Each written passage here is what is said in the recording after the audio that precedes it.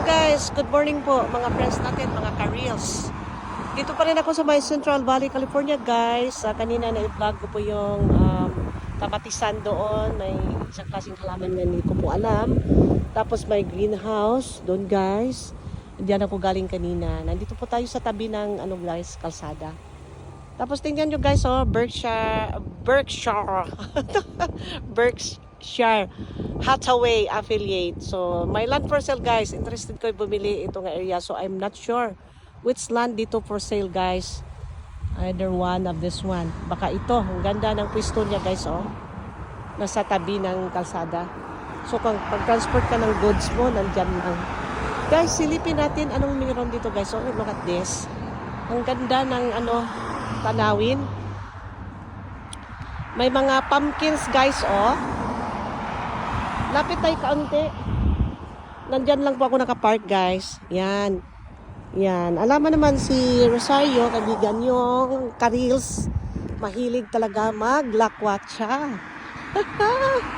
Kahit sana lang ako sumusuot guys. Yan guys, mga haystack. Yan.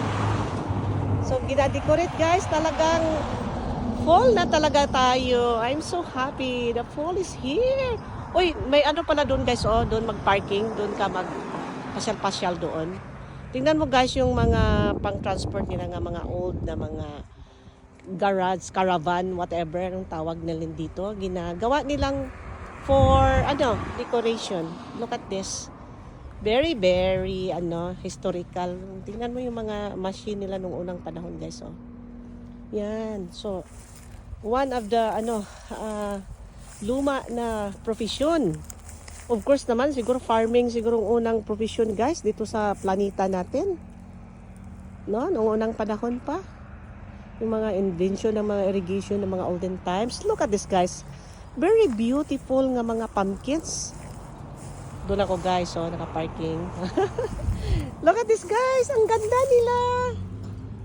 Ang ganda, ginagawang decoration. So talagang hindi na talaga pigilan ang ating nagagandahang fall. One of my favorite talaga itong fall guys. Napaka-colorful niya. Of course, spring maganda din. May naka-parking doon guys, siguro mga mamimili yan. Tapos dito, pasyal-pasyal lang po tayo guys. Ganyan lang po ba?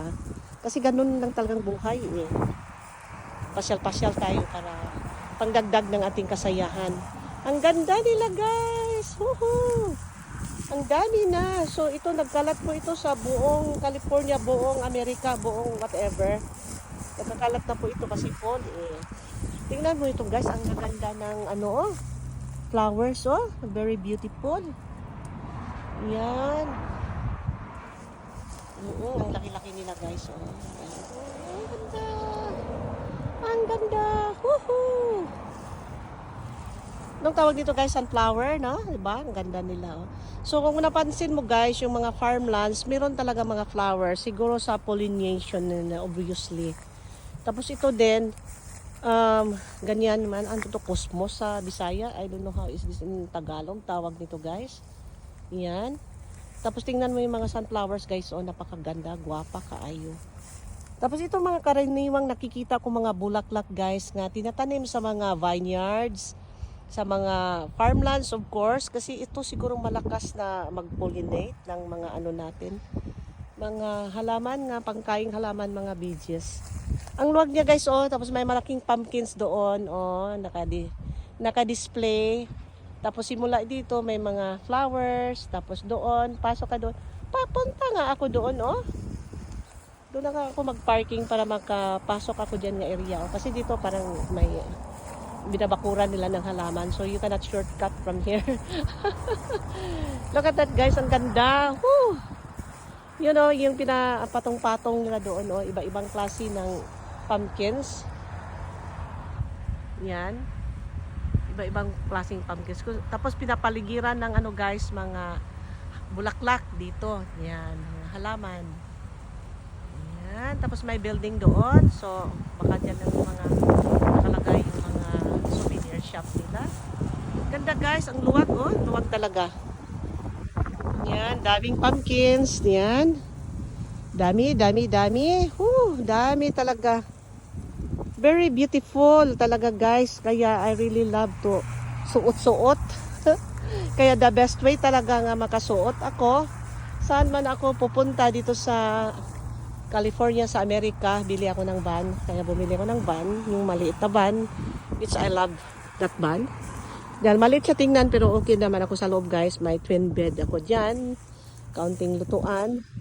And then wherever I go, sana ako maabutan ng pagod. Doon lang po ako sa sablay, matulog. Of course, use common sense. Hindi lang sa sablay ka kahit saan matulog. It's not like that. You have to choose. You have to use your gut feelings, your insinuation. Look at that guys. Tapos may truck doon. Ano yan?